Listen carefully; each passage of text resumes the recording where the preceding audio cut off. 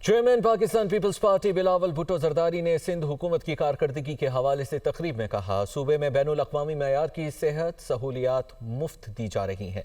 पहली बार कैंसर के इलाज के लिए साइबर नाइफ टेक्नोलॉजी मुतारिफ कराई। NICVD में दिल के अमराज का मुफ्त इलाज किया जा रहा है। The Pakistan People's Party's approach has been that we believe that healthcare should be a fundamental right.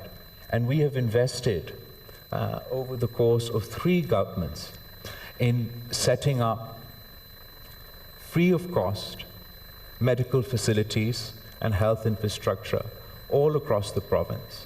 And not only are our facilities that I'll just go on to talk about free of cost for all our citizens, but also of international standards. Karachi's JPMC is concerned, it is our sort of the cornerstone of Sindh's health system. It's our biggest hospital in Karachi. We have the cyber knife technology for the treatment of cancer at JPMC.